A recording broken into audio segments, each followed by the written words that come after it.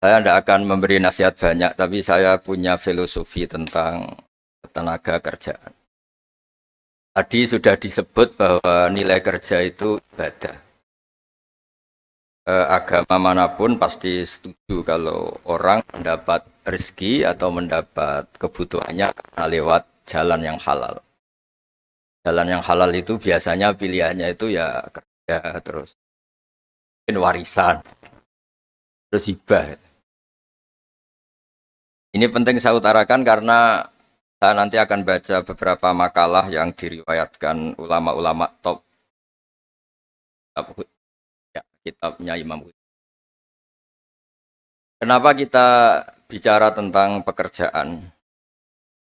Harusnya kita ketika dapat rezeki itu asumsi Islam, asumsi kebaikan itu to'amul wahid yakfi is. Jadi makanan jatah orang satu atau rezekinya orang satu itu normalnya bisa dimakan orang dua. Wa ta'amusna ini yakfi arba'atan. Normalnya rezekinya orang dua itu bisa dimanfaatkan, bisa mencukupi orang empat. Jadi kekacauan dunia ini dimulai karena jatahnya orang satu menghabiskan jatahnya orang seribu. Jadi gara-gara kerakusan itu terus sistem sosial itu menjadi kacau.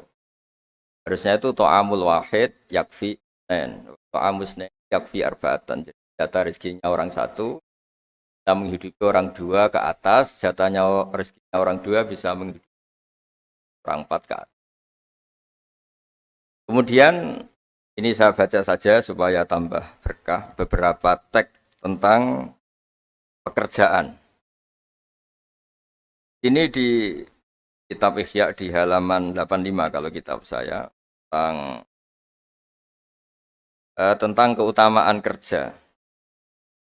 Ini dijelaskan inna minadz-dzunubi dzamban la yukaffiruhu illal hammu fi talabil ma'isyah. Jadi bagian diredaksikan minadz-dzunubi dzunubun la yukaffiruha illal hammu fi talabil ma'isyah. Jadi sebagian dosa itu ada dosa yang tidak bisa dihapuskan oleh istighfar, tidak bisa dihapuskan oleh sedekah, tidak bisa dihapuskan oleh misalnya wiridan. Yang bisa menghapuskan dosa itu hanya kalau kita serius atau kepikiran, hammu itu kepikiran mencari maisha, mencari rezeki. Jadi sudut pandang itu penting. Jadi kita yang sedang istighosah atau kita yang sedang pengajian atau mungkin kita sedang jadi ustadz, melihat orang mencangkul, orang ke pabrik, orang di aktivitas pekerjaannya itu harus kita lihat bahwa mereka adalah orang-orang yang sejatinya sedang minta ampun sama Allah Subhanahu wa Ta'ala. Karena di sistem pekerjaan itu lahirlah satu variabel atau satu apa saja yang positif. Ada hukum sosial karena ketemu teman yang saling memberi pengalaman. Ada ketergantungan manusia sama hal-hal yang halal. Ini yang paling penting. Ya banyak orang itu diwat itu karena pekerjaannya. Misalnya orang bisa hidup itu sebetulnya karena makan nasi, minum air itu sesuatu yang halal. Jangan sampai orang bisa berpikir, bisa tenang kalau minum narkoba misalnya. Orang bisa kerja karena digerakkan punya anak kecil, punya ibu yang renta atau punya keluarga yang membutuhkan.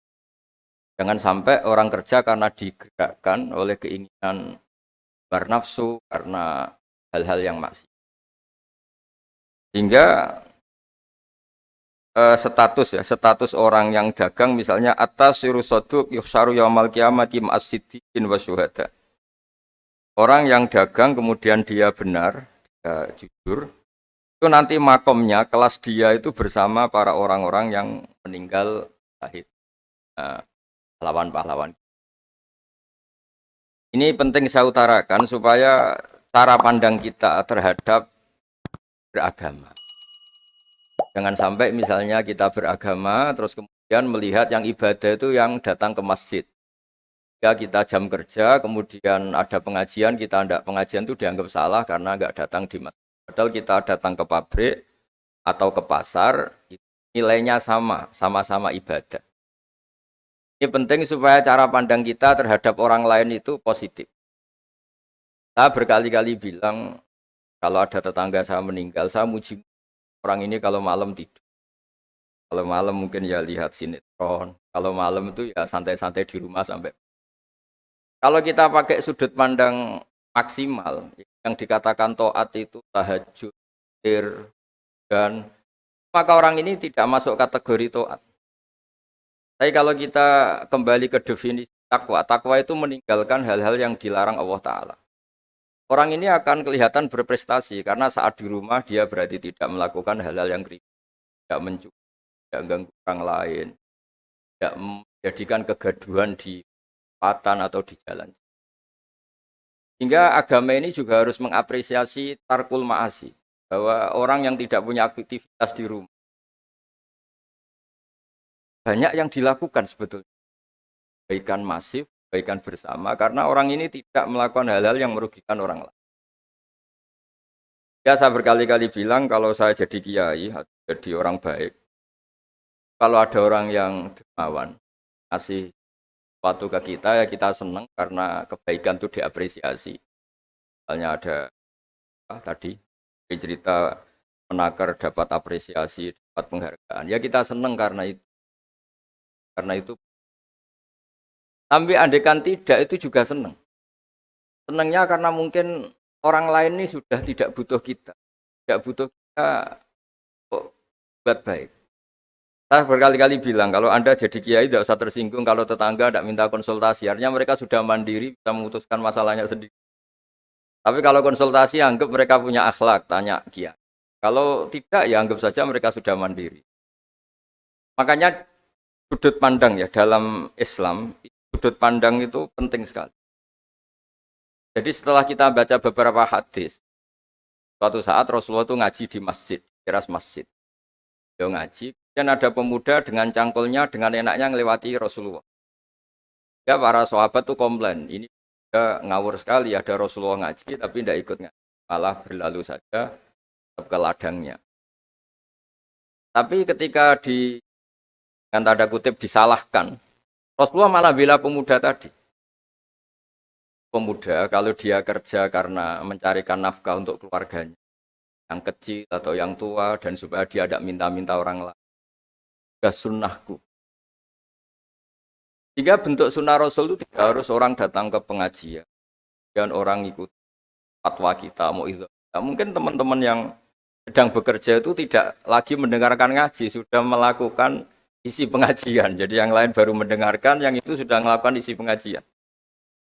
Makanya kalau di daerah saya banyak, kenapa kamu tidak datang ngaji? Saya lebih dari ngaji dari Pak Kiai. Kenapa?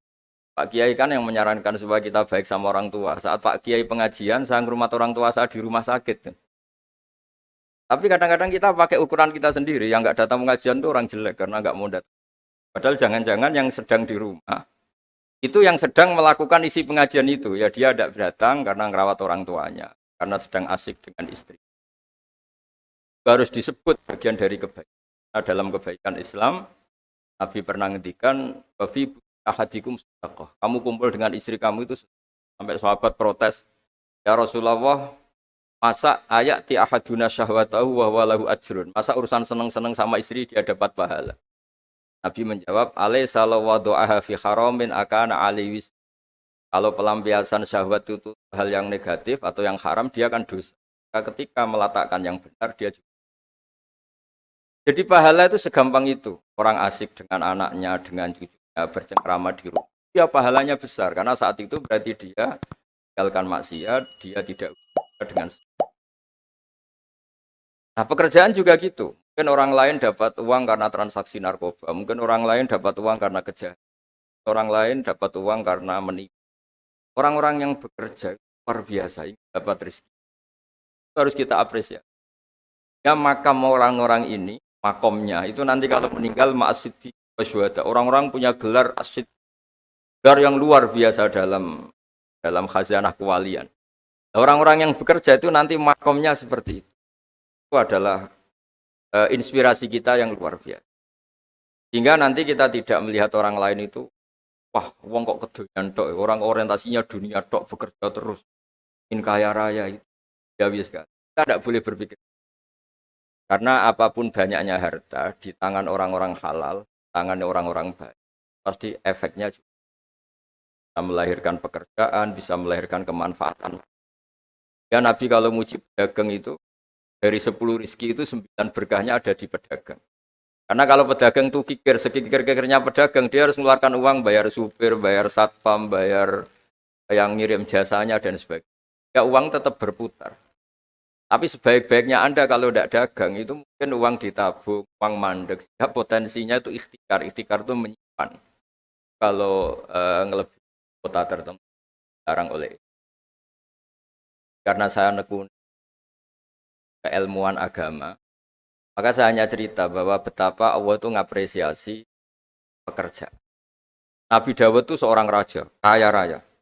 Tapi beliau tidak mau makan illa mingkas biyadi, kecuali hasil kerjanya sendiri. Masyhur itu di riwayat beliau seorang raja, tapi hanya makan kalau